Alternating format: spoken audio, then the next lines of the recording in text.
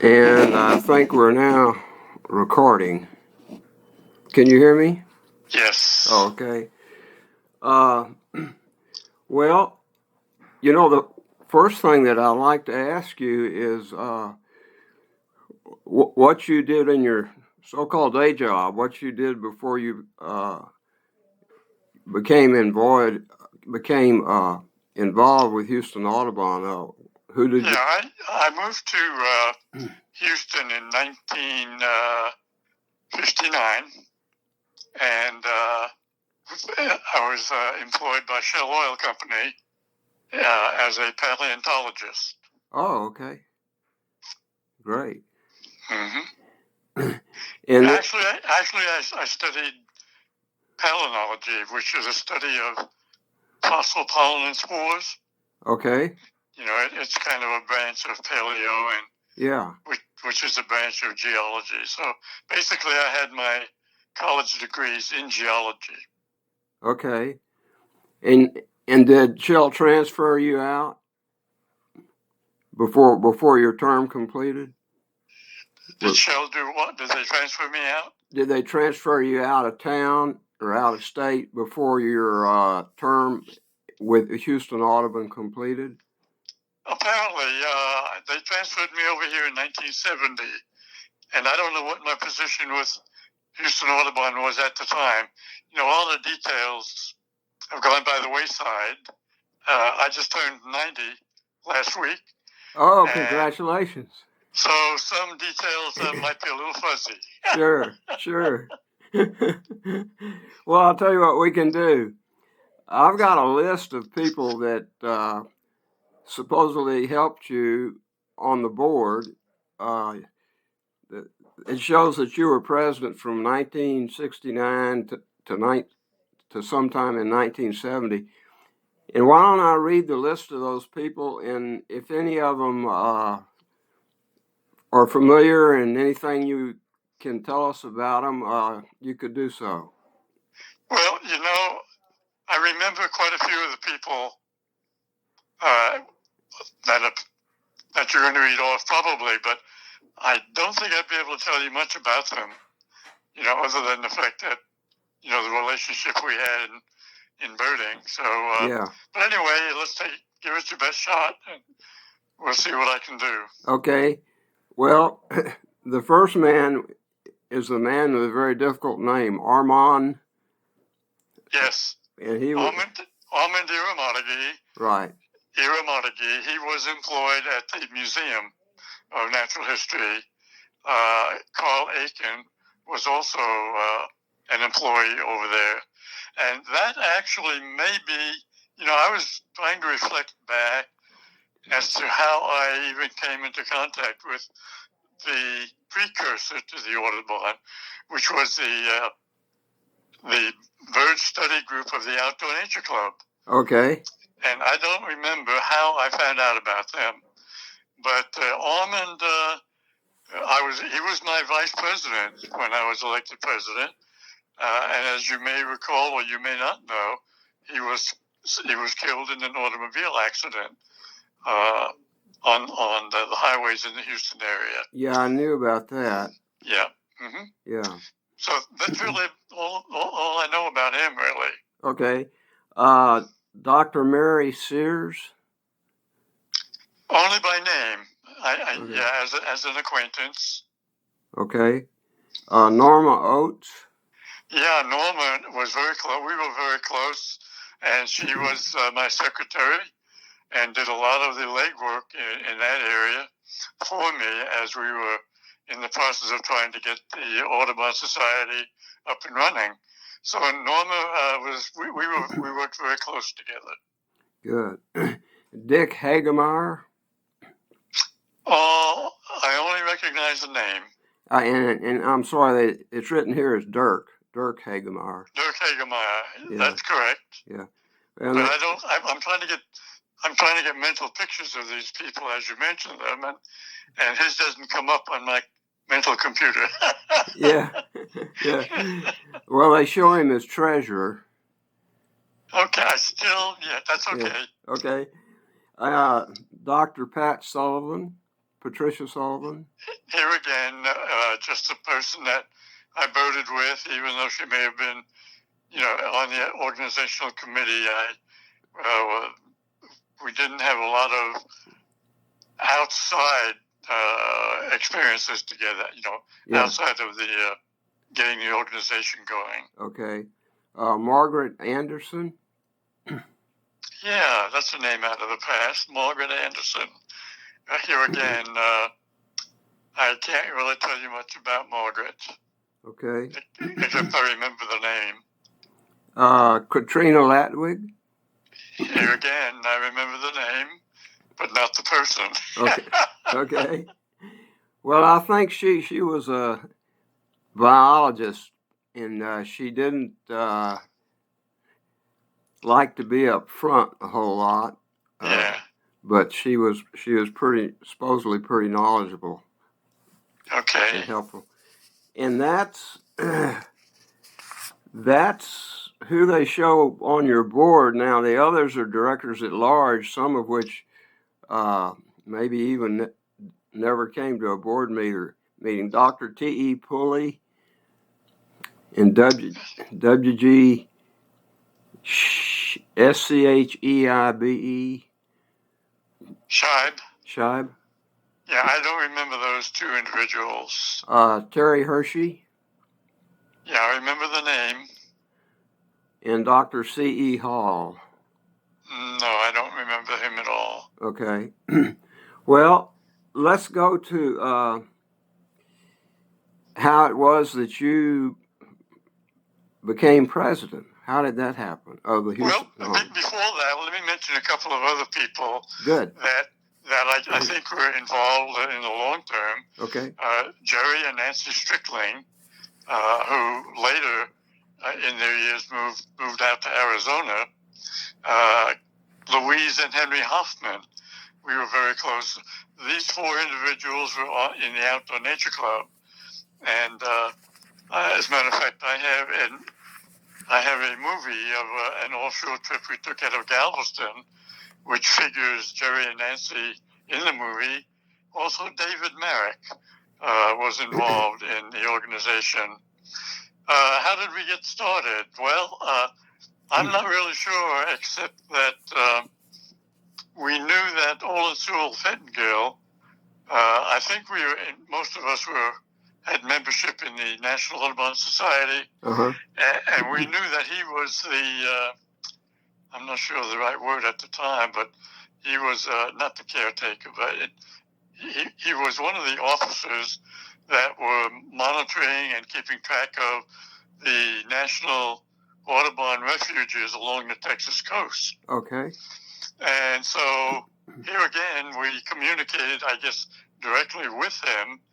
And this is where Norma Oates may have come into play. I really don't remember how we did it, but Olin Sewell agreed to attend an organizational meeting that we held in Houston at that time, and I think there were 18 or 19 organizational members.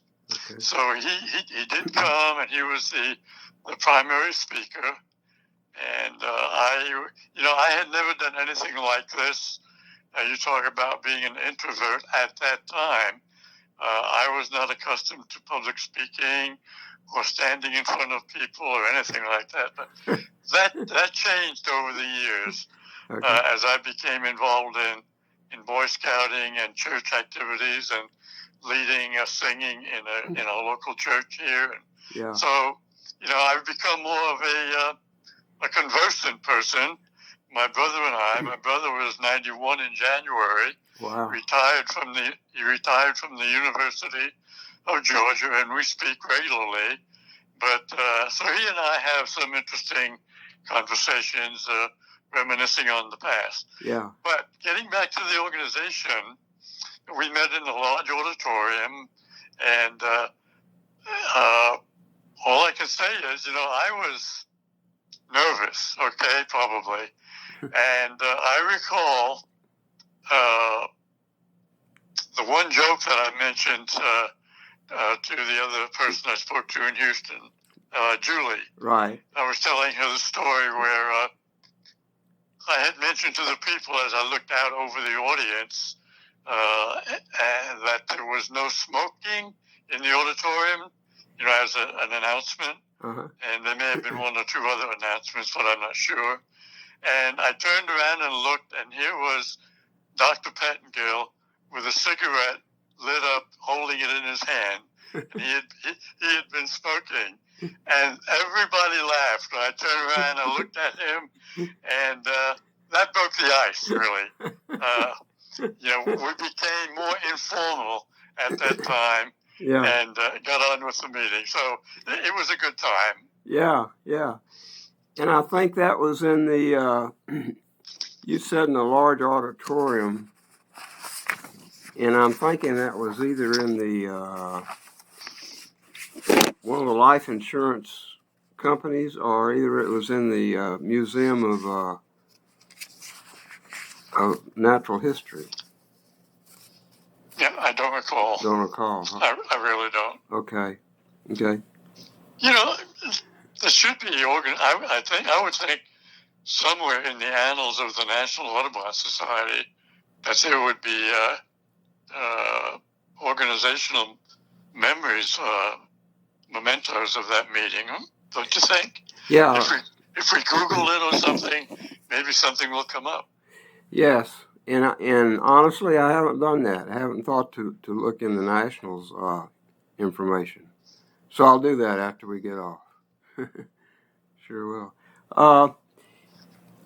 Well, tell us, how is it that you became president?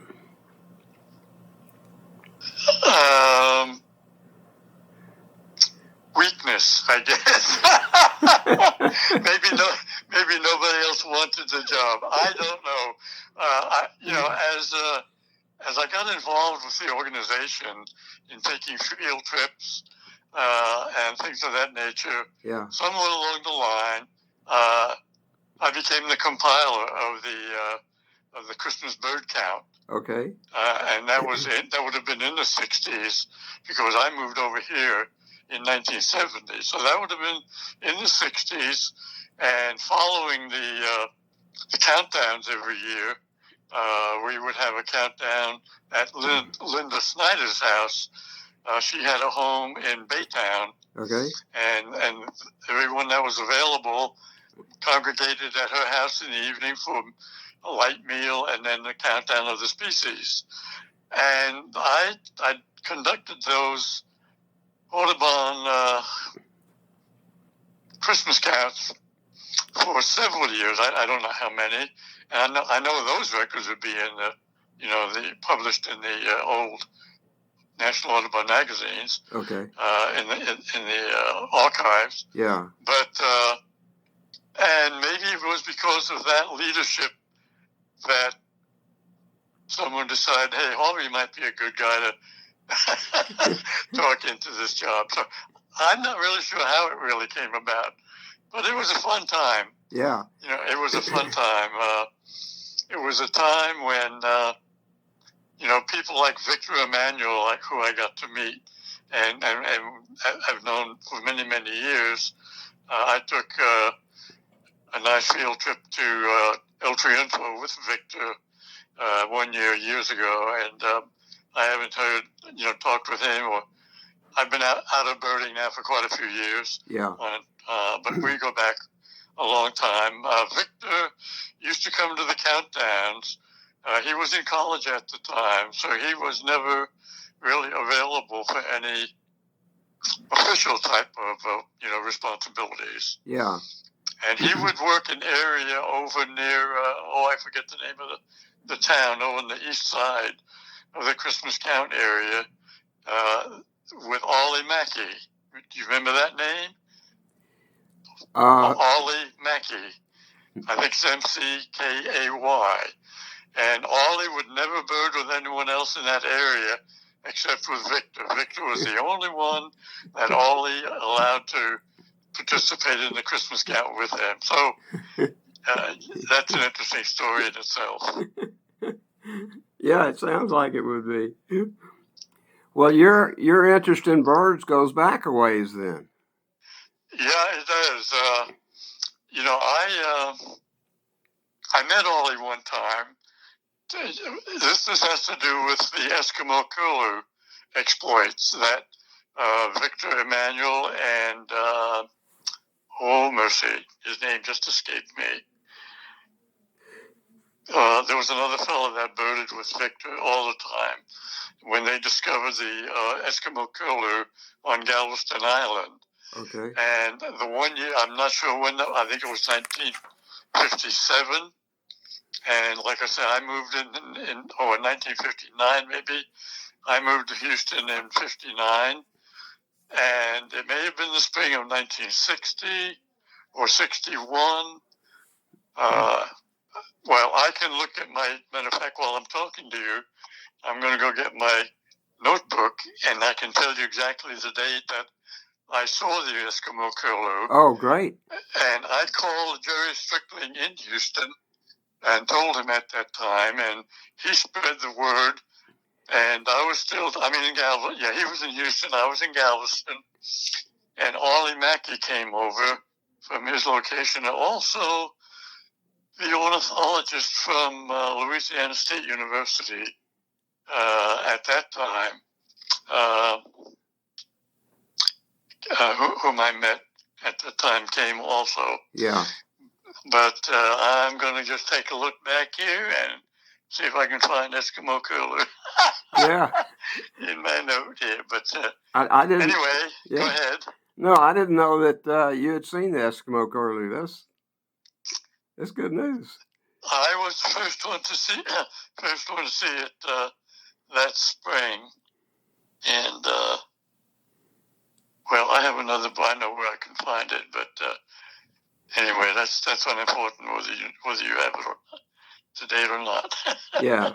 Well, it's not important that we have it today, but I'd like to stay in touch with you. Oh, here it is. Okay. Here it is. Eskimo Kulu on March 30th, 1961. Wow. Yep. So the only new life bird at that time. Well, was that the first time the bird had been seen in the coast down here? No, as I mentioned, a year or two before that, Victor Emmanuel and one other person whose name escapes me right now located it. It was either the previous year, 1960 or 59. Oh, okay. Okay. Yeah. Good. Mm-hmm. Well, were you interested in birds as a child, or? I became a birder as a result of growing up in New Jersey with my brother. We had to satisfy the requirements for the Boy Scout, Eagle Scout award. Right. We had to identify 21 birds at that time. And I was, I think, 14. Here again, my list that I'm looking at now shows my first life bird on July 7th, 1945. I had scarlet tanager and killdeer that year. 1945. So I would have been 13 years old. Yeah. Okay. Well, so I've been birding all my life. Yeah. My observation is the best birders today are the ones that start at that age, teenage years or before. So that's good. I can tell you a story. I don't mean to interrupt you, but people today, in learning how to identify, have all kinds of technological advances that they use. Sure. And the last couple of days, there was a blurb on the Louisiana, and I'm not talking against any of these people, and I'm not going to mention their names because I don't know them personally. But it has to do with the use of, I guess, this app that you can get on your phones called Merlin. I'm not familiar with it. I don't use it. But apparently people are using Merlin to identify by sight and identify by sound, things of that nature. And that's all well and good. This is a different time. But my story is, if you care to hear it. We do. when I was a boy, I would go out, here again, searching for birds to satisfy the requirements for bird study merit badge to become an Eagle Scout. And I would hear something. At that time, all I had was a little plastic 3-power telescope that my dad had bought my brother and I one year for Christmas. Didn't have any binoculars. And I would go out, and when I would hear something, I would track it down until I could get a decent view of it. Then when I got home, I would look through my first Petersons and begin to just look through plates. I had no idea anything about what family it might have been, whether it was a hawk or a sparrow or a woodpecker or whatever. Yeah. But if I could locate the bird in the field and to track it down by looking at the plate later on, or even after hearing it, then that's the way I learned birds. Yeah. Well, I think people still do that today, particularly with photography. Yeah. They'll take the photo home and look it up. Right. Yeah. Good. But they've got a lot more technology to do that today than you had. That's. I had one book. And really, there were no people to call. Oh, wow. A couple of years later, I met a man who worked in New York City, and he lived in a neighboring town by the name of William Downin, Downin. And Bill called me. I don't know how we came in contact with each other, but he called me one day and asked me if I would like to go birding. And he took me down to the seashore of New Jersey, which, again, broadened my experience. Yeah. By that time, I did have a pair of binoculars, but Bill Downin was instrumental in helping me with some of my early birding experiences. But other than that, I'm self-taught, basically, is what it amounts to. Yeah. Well, the seashore is a difficult place for many of us to learn birds. When I lived in Houston, much to my wife's chagrin, I think, I spent a lot of time in Galveston, and I made it a point to specialize in shorebirds at that time. And then when I came over to Louisiana, working the rice fields in Camden Parish, close to the Texas border, I was able to extend, my knowledge of the shorebirding in this area. Yeah. I've forgotten a lot of that since I'm no longer in the field. It's amazing how fast you forget the important points of identification. Do you remember bird calls at the time? Could you remember them? Yes. Matter of fact, my birding, I sit outside most every day, and my lists in my yard right now are about 23 or 24 species, and many of those were initially hearing them. Okay. I don't wear hearing aids. I do have hearing loss, but I know in the wintertime I have lost the ability to hear golden crown kinglets and also cedar waxwings. Uh-huh. I always used to see golden crowns here in my yard before seeing them. I used to hear them first, and also cedar waxwings. Yeah. And now that's no longer the case. Yeah. Well. But I still bird by ear. Yeah. If I'm close enough. That's remarkable. Well, I'm about running out of specific things to ask you. Is there anything else you'd like to talk about or mention? No, I guess there was one activity.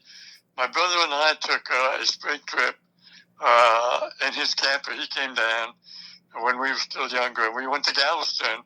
We camped overnight in Galveston. But on that trip, we stopped in High Island during the spring migration. Yeah. And we got to meet meet some of the people, and I guess there were some people who I didn't know who were members of the Houston Audubon. And my brother, but I'm not going to dwell on his worldwide knowledge of, as an academician. He's well known in his field of systems ecology around the world. Okay. And so my brother is always one of those that is a name dropper type of thing, or type of person. Anyway, we met these people, and Bernie said, "Why don't you tell them that you were the first president of..." And I said, "No, they don't need to know that." So my brother went over and told them. Sure he did. And that was on that High Island trip that we took. Yeah. So that was interesting. But other than that, I'll tell you, Jim, I couldn't have selected a better hobby to have filled my long days. I was 70 years old last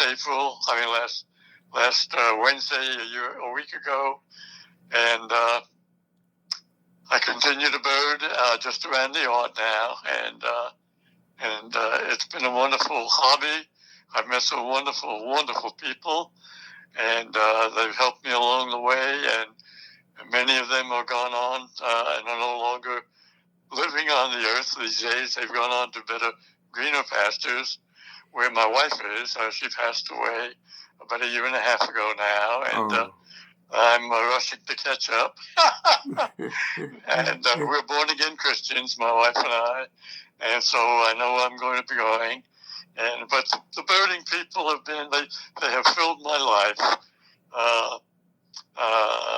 Here in the Covington area, up until this past winter, since 1990, every winter, there's been a lady that has banded birds here at my house. For the winter bird banding program that we've had in Louisiana. And she's finally given that up this winter. And I only had two roofer hummingbirds in any case, so they've been not present very well the last couple of years. Maybe things will turn around. We'll see. But anyway, all of those experiences and the that I've had with the people, I've been blessed, and I'm sorry that I've never met you and Julie personally, but I consider you as close friends already. Well, thank you.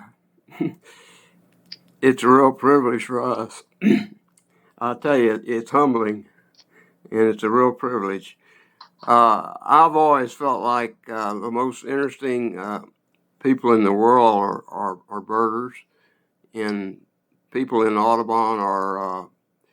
It's a very diverse group, and I've never met anyone that you can't find a lot about to like. That's true. That's true. Yeah. One other person I want to mention is John O'Neill. Okay. I'm sure you know John's name. Yes, the artist. Maybe you know the person.